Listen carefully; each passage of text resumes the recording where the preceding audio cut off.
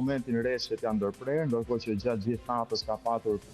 sërish rreshje intensive të shiut, shoqëruar me erë, ndërkohë që pasojat vijojnë të jenë ato që ishin një ditë më parë, por në risk të lartë edhe për të shtuar.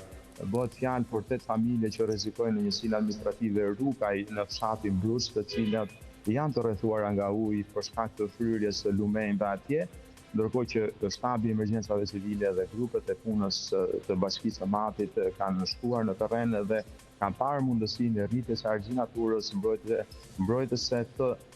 zallit të Urakës, i cili për hir të vërtetës prej 10 vitesh ka qenë një rrezik për familjet të cilat janë në pjesën më të ulët të fshatit, në afërsi të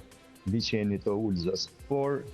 probleme të tjera kemi patur me rrugët rurale, të cilat një pjesë e konsiderueshme e tyre janë shkatëruar nga vërshimet e ujrave, janë çarë dhe janë bërë gati të pakalueshme pothuajse në të gjitha njësitë administrative.